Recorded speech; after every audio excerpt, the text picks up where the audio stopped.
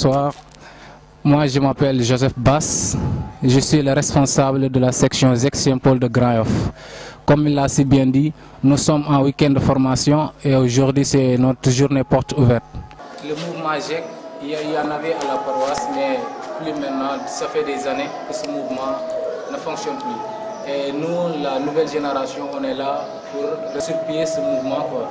En fait, ce mouvement, il y a 2 ans de cela qu'on a mis en place au niveau de Saint-Paul. C'est la 2e année. Et voilà, nous sommes en week-end de formation pour former nos responsables et les autres.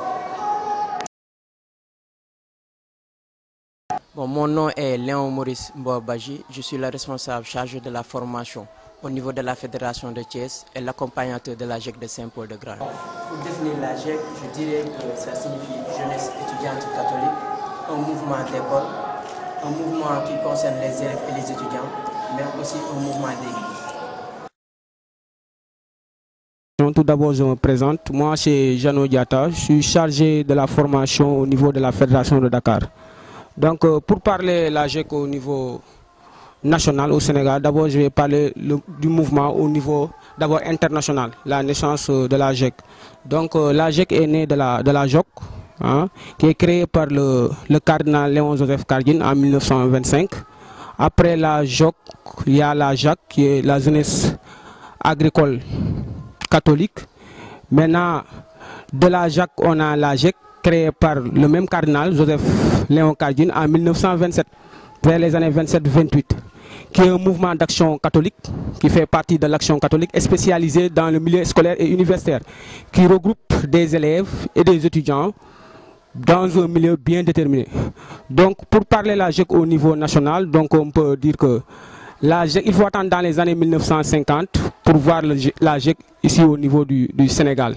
Mais il faut attendre jusqu'en 1954 pour vraiment et à Dakar. Donc en 1960, comme nous le savons tous, beaucoup de pays en Afrique accèdent à leur indépendance. Donc l'État du Sénégal reconnaît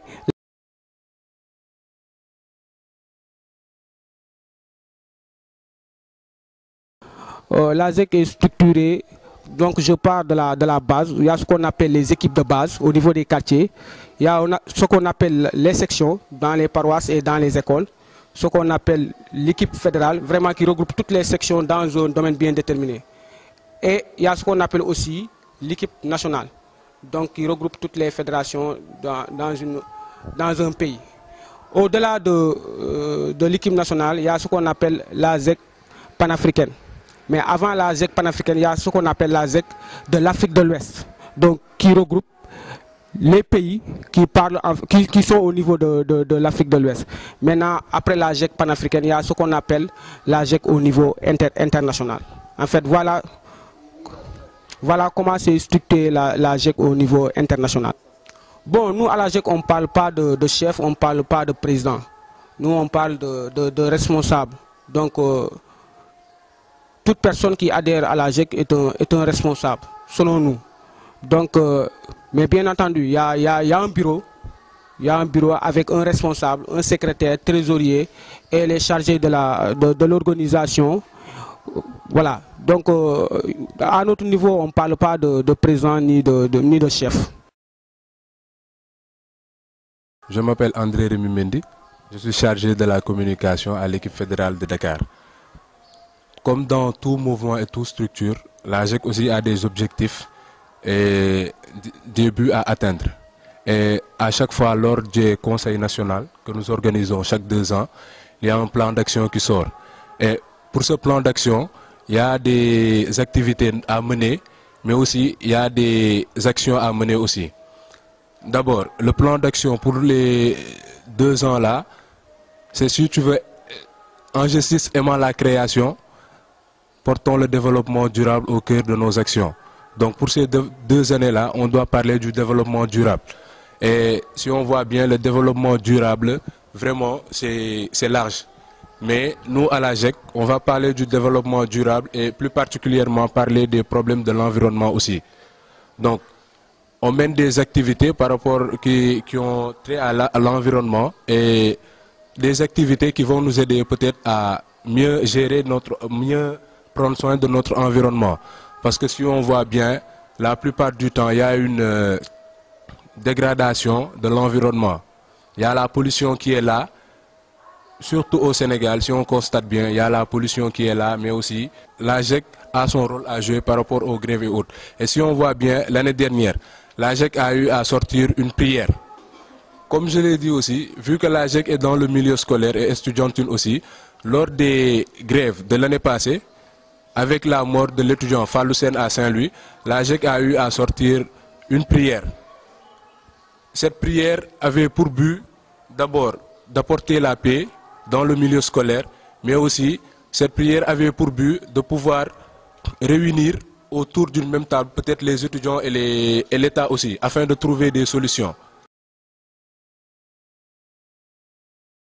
Maintenant, pour les activités que nous développons au niveau de la GIEC, à savoir au niveau national, il y a ce qu'on appelle le Conseil national, vraiment qui regroupe tous les exercices du Sénégal, qui est l'instance suprême du mouvement. Voilà, c'est là qu'on organise le mouvement en tant que tel, le plan d'action. S'il y a lieu de changer les statuts et règlements, c'est dans cette instance de décision-là que tout se passe. Maintenant, il y a ce qu'on appelle aussi la session nationale.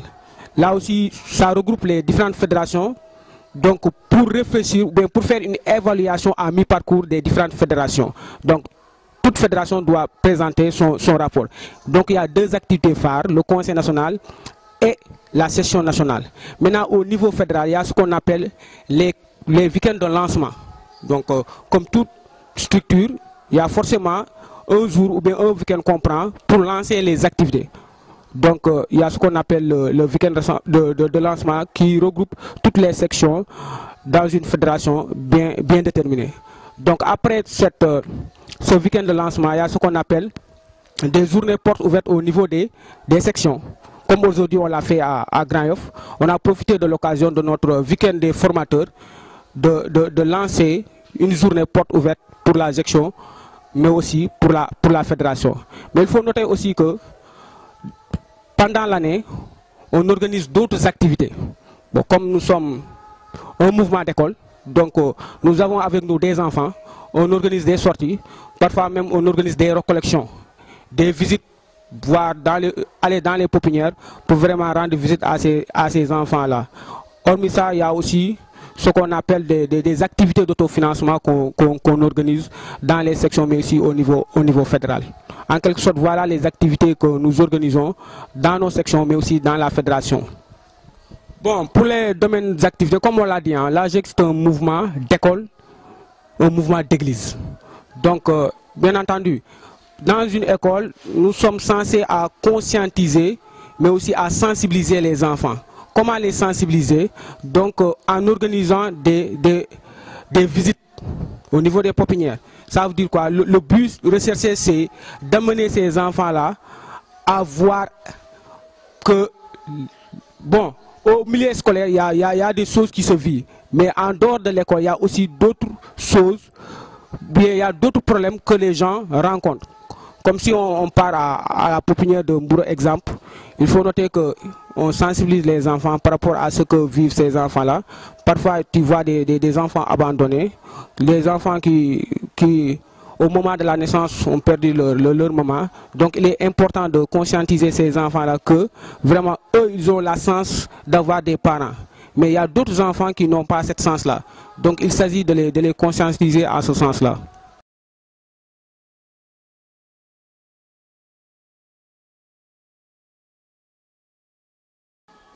On va rencontrer toujours des problèmes par rapport aux activités. Le principal problème que nous rencontrons d'abord, c'est le problème de financement. Parce que des fois, pour faire certaines activités, il faudrait avoir un financement. Mais nous avons ce problème de financement-là. Des fois aussi, pour rencontrer les personnes qui peuvent vous aider, c'est vraiment tout un problème. Si vous n'avez pas un carnet d'adresses bien fourni, vous ne pouvez pas rencontrer certaines autorités qui pourront vous aider par rapport à vos problèmes. Donc, notre principal problème, c'est d'abord, on a du mal à rencontrer certaines autorités afin de pouvoir régler certains problèmes, mais aussi, on a du mal à financer certaines de nos activités. Parce que la GIEC, comme vous le savez, c'est un mouvement d'action catholique pour les étudiants et les élèves. Donc, les étudiants et les élèves, avec ce qu'ils ont de minime, ils ne peuvent pas financer toutes les activités que la GEC va devoir organiser, mais aussi tout ce que la GEC va devoir faire par rapport pour essayer d'apporter son pierre à l'édifice pour le développement de notre pays.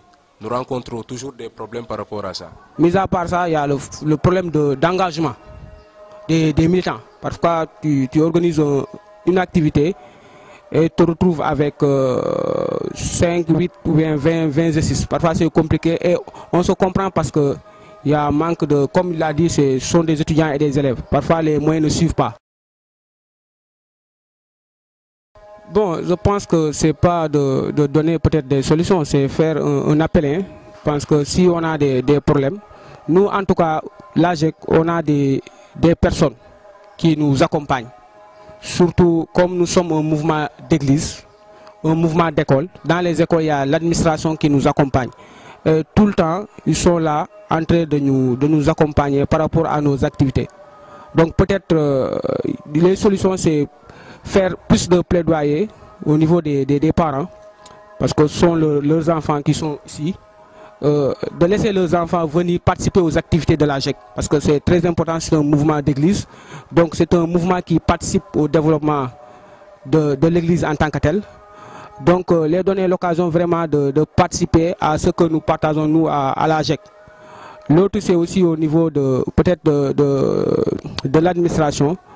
Donc on aurait besoin plus de sensibilisation parce que tout le monde n'est pas au courant qu'il y a ce mouvement-là qui est dans ces structures-là pour aider les élèves. Parce qu'il y a de ces formations qu'on n'apprend pas l'élève en classe. Mais il n'y a que dans les mouvements, dans ces structures-là qu'on apprend l'élève comment vraiment faire certaines choses. Donc c'est très important de laisser ces enfants-là, ces élèves-là venir participer au mouvement. Tout d'abord, je vais me présenter. Alors moi, c'est Louise Annick Diagne, membre à l'équipe nationale de la GEC, mais aussi accompagnateur de la Fédération de Dakar. Alors tout d'abord, je tiens à remercier les membres de l'équipe nationale de la GEC, ses accompagnateurs, les religieux et les conseillers et conseillères. Mais aussi, je tiens à remercier la Fédération de Dakar, qui peut-être c'est grâce à lui que nous sommes là réunis aujourd'hui. Sans oublier aussi la section de Saint-Paul et tous les responsables qui sont là aujourd'hui. Sans vous oublier vous aussi la télé.